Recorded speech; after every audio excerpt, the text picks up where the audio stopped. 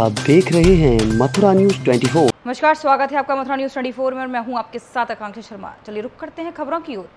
Corona काल में अलीगढ़ में स्कूलों की मनमानी चल रही है। एक तरफ तेजी से अलीगढ़ में कोविड-19 का प्रकोप फैल रहा है, तो वहीं स्कूल खोलकर छात्रों का टेस्ट लिया जा रहा है। मामला थाना बन्ना देवी के जेल रोड स्थित गगन पब्लिक स्कूल का है।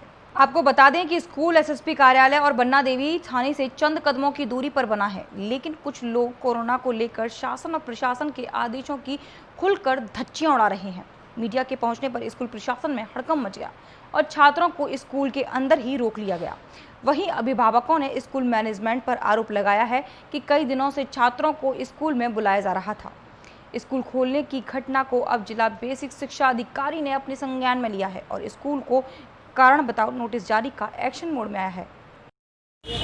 सर, एक मामला है स्कूल खोलने का, क्या है सर? हाँ, एक प्राइवेट स्कूल के खुलने की खबर आई है मीडिया के माध्यम से और हम लोगों ने फ़िलहाल उसके मैनेजमेंट को सूचित कर दिया है और उनसे जवाब तलब किया जा रहा है कि उन्होंने स्कूल खोला और अगर बच्चों को बुलाया है तो ये गलत है। वो किसी भी कार्य के लिए गार्जियन से संपर्क कर सकते हैं। गार्जियंस को सोशल डिस्टेंसिंग के तहत बुला सकते हैं। हमारे सरकारी स्कूलों में भी इसी तरह से गार्जियंस को बुला करके और सोशल डिस्टेंसिंग का पालन करते हुए यूनिफॉर्म और पुस्तकों का वितरण किया जा रहा है। लेकिन बच्चों को कदापि नहीं बुलाया जाएगा, चाहे वो सरकारी स्कूल हो या प्राइवेट स्कूल हो। आपकी तरफ से इसमें क्या कार्रवाई की जाएगी? हम स्कूल से जवाब तलब कर रहे हैं। यदि उनका संतोषजनक जवाब नहीं होता है तो फिर हम उनके खिलाफ कोई ना कोई कार्रवाई करेंगे, कोई ना कोई कठोर कदम उठाएंगे। जवाहर भवन सभागार आपसी प्रेम सौहार्द गंगा जमुई तहजीब का गवाह बना, जहां एक और मुस्लिम धर्मगुरु मुफ्ती जाहिद और हाजी सफुआ पहलवान ने खुदा से कोविड-19 से देश और दुनिया को बचाने की दुआ पड़ी, तो वहीं हिंदू धर्म गुरु आचार्य ब्रजेश शास्त्री और महंत कौशल नाथ ने धार्मिक श्लोक पढ़ते हुए कोविड-19 की पराजय के लिए भगवान से प्रार्थना की। कौशल नाथ ने कहा कि बकरी ईद और रक्षाबंधन पर मंदिर पुजारियों व प्रबंधन समितियों द्वारा नगर निगम संबंधी शिकायतों पर त्वरित एक्शन लेने की बात कही। आचार्य ब्रजेश शास्त्री ने कहा कि लॉकडाउन और कोविड-19 के संक्रमण को रोकने के लिए नगर निगम के काम सराहनीय हैं और पूरी उम्मीद है कि इस वैश्विक महामारी में नगर निगम आगामी त्योहारों पर उम्दा इंतजाम करेगा। आने वाले त्योहारों के बारे में क्या कहेंगे? ऐसा आज नगर निगम ने एक धर्मगुरुओं के साथ में एक बैठक की। सारे अधिकारी थे नगर निगम के, तो उन लोगों के बीच में हम लोगों ने एक बैठक की। इस बैठक में केवल यही उद्देश्य था कि भारत देश जो है वो पर्वों का देश है। इस देश में हर दिन कोई न कोई त्यौहार होता है, कोई कोई उत्सव होता है और हम सब लोग धूमधाम से मनाते थे। इस समय महामारी चल रही है कि महामारी के दौर में हम लोग त्यौहार भी मनाएं, अपने आप को आनंदित भी हों, तो ये कैसे हो सकता है संभव? इसी विषय पर विचार हुआ। तो हम लोगों ने कहा है कि जो पर्व मनाए जाएं, हिंदू के हों, मुस्लिम को हों, सिख के हों या ईसाई के, क्योंकि इन महीने में ये सारे पर्व आते हैं और राष्ट्रीय पर्व भी आते हैं। जैसे 15 अगस्त आएगा और भी पर्व आएंगे। इन पर्वों में हम सब लोग मिलजुल करके पर्व मनाएं और त्यौहार हैं वो अपने घरों में बैठ करके ही पर्व मनाएं। खीरेश्वर मंदिर पर या अन्य हमारे शहर के जो बड़े बड़े मंदिर हैं, इन पर लाखों की भीड़ होती थी, किंतु हम लोगों की प्रार्थना से समाज ने उन बातों को सुना और वो सारे लोग अपने घरों में ही उन्होंने पूजा उपासना की। चाहे वो नवरात्र का पर्व हो, चाहे श्रावण मास का पर्व हो, कोई भी व्यक्ति मंदिरों की तरफ नहीं गए, वो सब लोग घरों में ही उन्होंने पूजा उपासना की। ऐसे ही रक्षाबंधन पर और जन्माष्टमी पर भी लोग अपने अपने घरों में रह करके ही पूजा उपासनाएँ करें। बस यही प्रार्थना है। कोविड-19 के बीच के जो त्यौहार आ रहे हैं, किस तरह की शुभकामनाएं होगी लोगों के लिए और किस तरह का संदेश देना चाहेंगे? बस सर्वे भवन्तु सुखिनः, सर्वे सन्तु निरामया, सर्वे भद्राणि पश्यन्तु माँ कश्चित् भाग भवे। सभी सुखी रहें, सभी निरोग रहें और हम लोग सुखी रहेंगे, निरोगी रहेंगे तो आपस में हम सब लोग मिलते जुलते रहेंगे और शासन प्रशासन के बताए हुए जो निर्देश हैं उनका सब पालन करते रहें, क्योंकि ये बीमारी किसी धर्म और जाति को देखकर नहीं लगती। ये बीमारी किसी को भी हो सकती है। कोविड-19 महामारी के चलते संपूर्ण देश में लागू अनलॉकडाउन के आदेश व निर्देशों का पालन कराने के क्रम में शासन एवं प्रशासन द्वारा जारी आदेश एवं निर्देश को लेकर वृंदावन के निकट पर्यवेक्षण में चोरी व लूटी गई संपत्ति की बरामदगी हेतु चलाए जा रहे अभियान के क्रम में सोमवार की सुबह को नीम करौरी बाबा आश्रम परिक्रमा मार्ग से एक वृद्ध महिला का पर्स लूटने वाले युवक को पुलिस द्वारा रुक्मणी बिहार गोल चक्कर से करीब 100 कदम छठीकरा वृंदावन रोड पर गिरफ्तार किया गया, जिसमें 2 युवक शामिल हैं। दोनों युवकों के पास से 7 मोबाइल बरामद हुए हैं। पुलिस ने इनको गिरफ्तार कर जेल भेजा है। भरतपुर जिले के कामा कस्बे में 10वीं बोर्ड की परीक्षा में इंग्लिश मीडियम स्कूल से इंडियन पैराडाइज पब्लिक स्कूल की छात्रा ने कामा क्षेत्र में प्रथम स्थान प्राप्त कर अपने क्षेत्र का नाम रोशन किया। इसी खुशी के मौके पर विद्यालय परिवार ने प्रतिभाशाली छात्रों का सम्मान समारोह आयोजित कर कामा क्षेत्र में अव्वल रही छात्रा नेहल जैन का फूल माला पहनाकर व स्मृति चिन्ह देकर सम्मानित करते हुए विद्यालय परिवार ने प्रतिभाशाली छात्रा का हौसला बढ़ाया। साथ ही विद्यालय के सभी अध्यापक अध्यापिका ने उज्जवल भविष्य की कामना करते हुए आशीर्वाद भी दिया। I am so happy to be a part of this school, and this school not only gives me, God is not only for me, but for my school teachers and the respected principals. And I don't have words to explain my joy. It's a dream come true, and it does not mean that it's an end point. I think it's my starting point of my struggle for my life. I'll try my best to give my in every aspects of my life, and this is not only gain from my hard work, but my family's efforts, and my mama are also appreciated me for this. Kanha की नगरी ब्रजभूमि से गुरु काशनी कृपाधाम trust के द्वारा श्री राम जन्मभूमि तीर्थ क्षेत्र trust में प्रभु श्री राम मंदिर निर्माण के लिए 1,01,101 रुपये का दान दिया गया। काशनी नागेंद्र महाराज ने कहा, बरसों से करोड़ों सनातन धर्म हिंदुओं की आस्था का केंद्र प्रभु श्री राम के मंदिर पर है। सबके मन में यही आकांक्षा अभिलाषा थी कि भगवान श्री राम के मंदिर का निर्माण हो। तो आज वह समय आ गया है कि हमारे आराध्य प्रभु श्री राम के मंदिर की तिथि निश्चित हुई है। काशी विद्वत परिषद के सानिध्य में 5 अगस्त की दोपहर 12:15 पर पूजन होगा और अब प्रभु श्री राम दिव्य भव्य मंदिर में विराजेंगे। जिस प्रकार से भगवान 14 वर्ष के लिए वन में गए थे, जब वनवास पूरा करके अयोध्या आए तो अवधपुर वासियों के मन में बड़ा आनंद और खुशी थी। उस खुशी का ठिकाना नहीं था। ऐसे ही अब खुशी हम सभी को हो रही है। भगवान श्री राम का मंदिर बनने जा रहा है।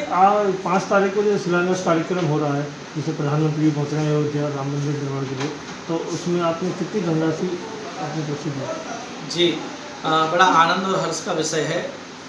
हमारे यहाँ तो एक बात कहते हैं, ठाकुर हमरे रमण बिहारी, हम हैं अवध बिहारी के, क्योंकि अवध बिहारी प्रभु श्री राम हमारे राजा हैं और राजा अभी कुछ आक्रांताओं की वजह से टाट में विराजे थे, लेकिन अब दिव्य ठाट से दिव्य महल में विराजेंगे और वो समय आ गया है। 5 अगस्त को 12:15 पर प्रभु श्री राम की भूमि पूजन होगा मंदिर का। तो उस मंदिर के निर्माण के लिए सर प्रेरणा हुई सर्वदेव भगवान की और ठाकुर जी की। तो उसी प्रेरणा को देखते हुए एक श्री गुरु काशनी कृपाधाम ट्रस्ट के द्वारा 1,01,101 की धनराशि श्री राम मंदिर ट्रस्ट को दी गई है। तो इसमें आप भी वृंदावन से पहुँच रहे प्रतिनिधित्व करने के लिए? हाँ जी हाँ, काशी विद्वत परिषद को इसमें पूजा का सौभाग्य प्राप्त हुआ है। काशी विद्वत परिषद के सानिध्य में ये पूजा संपन्न होगी। तो हम लोग सौभाग्यशाली हैं कि इस पल के साक्षी बनेंगे। नहीं, राम मंदिर के जब शिलान्यास होगा और वृंदावन से आपका प्रतिनिधित्व होगा, तो आप मतलब जो ब्रज की तरफ से या ब्रजवासियों की तरफ से क्या वहाँ पर जाके सौभाग्य कहना चाहेंगे? ब्रजवासियों की तरफ से यहाँ से भी शिला जा रही है, जिसमें सप्त देवालयों की मिट्टी है और वो भी वहाँ स्थापित होगी। और हम तो जा ही रहे हैं, ब्रजवासी हैं, और क्योंकि राम और कृष्ण में कोई अंतर नहीं है, दोनों एक हैं। और मैं सौभाग्यशाली हूँ कि वहाँ जा रहा हूँ और ये सौभाग्य मुझे प्राप्त हुआ। वृंदावन के अगरूर गांव स्थित बेरिया बाबा आश्रम के कर्मचारी ने बीती रात यमुना में छलांग लगा दी। आपको बताते चलें कि अरविंद्र उम्र 18 वर्ष युवक, जो कि बेरिया बाबा आश्रम की गौशाला में कार्यरत था, बीती रात को गौशाला से कुछ गायें निकलकर यमुना की तरफ जाने लगी, जिसमें से कुछ गायें यमुना में बहने लगी। जब युवक को इस बात की भनक लगी तो वह भी गाय को बचाने के लिए यमुना में कूद गया। सूचना पाकर मौके पर पहुंची पुलिस ने युवक की तलाश जारी कर दी है, लेकिन अभी तक पुलिस को कोई भी सुराग नहीं मिला। इस बारे में जानकारी देते हुए आश्रम के कर्मचारी श्रवण ने बताया कि क्या नाम है जी आपका? मेरा नाम है श्रवण कुमार जी। जो ये डूबे हैं, कहाँ जा रहे थे, कहाँ से? ये जा रहे थे, गैया पल्ली पार थी, तो गैया को मतलब इधर भेजने के लिए जा रहे थे वो जी। तो जा रहे तो पार कर रहे तो मतलब बीच में वो तो डूब गया वो। तो इसलिए बेचारा मतलब 2 बार चिल्लाया भी कि बचाओ बचाओ। तो लड़के उस पार थे बेचारे, वो भी उनको तैरना नहीं आता तो वो भी बेचारे भाग गए। तो ऐसे मतलब वो भी नहीं बचा पाए। तो पुलिस को फ़ोन लगाया तो उस समय फ़ोन नहीं लगा पुलिस से। तो आधे घंटा ऐसे हो गए, तो काफ़ी लोग आधे घंटे बाद आए। हम लोग देखें कि ऐसे कोई व्यवस्था नहीं बना, तो पुलिस भी लेट आई, 8 बजे आई। और ये जब लड़का डूबा तो 6:30 बजे के लगभग डूबा है। 6:30-7 के बीच में। ठीक। तो ये कहाँ के रहने वाले? ये रहने वाला है बिहार के, तो यहीं बेरिया बाबा पे मतलब काम करता था अपना। इसके मम्मी पापा हैं, लेकिन इसके मम्मी नहीं है। जिस तरह से पूरे देश में कोरोना वायरस का कहर बढ़ता जा रहा है, तो वहीं इन सभी चीज़ों को लेकर स्वास्थ्य विभाग द्वारा सजगता भी बढ़ती जा रही है, जिसको लेकर सभी सरकारी कर्मचारी और विभाग के अधिकारियों की कोरोना जांच के लिए अभियान चलाया गया। इसी के दृष्टिगत महावन तहसील में बलदेव सामुदायिक स्वास्थ्य केंद्र की ओर से महावन तहसील सभागार में तहसील के सभी कर्मचारी अधिकारी आसपास के क्षेत्रों के रहने वाले स्थानीय वासियों के लिए टेस्ट कैंप लगाया गया, जिसमें विभागीय कर्मचारियों के सैंपल लिए गए और उनको टेस्ट के लिए भेजा। इसका मुख्य उद्देश्य है कि तहसील में आने वाले सभी लोगों को सुरक्षा मिले और वह स्वस्थ रहें। इसकी जानकारी देते हुए सामुदायिक स्वास्थ्य केंद्र प्रभारी डॉक्टर योगेंद्र सिंह राणा ने बताया कि वैसा 8 जून से जो अभियान शुरू हुआ उसमें क्या क्या है, किस तरह से किया है?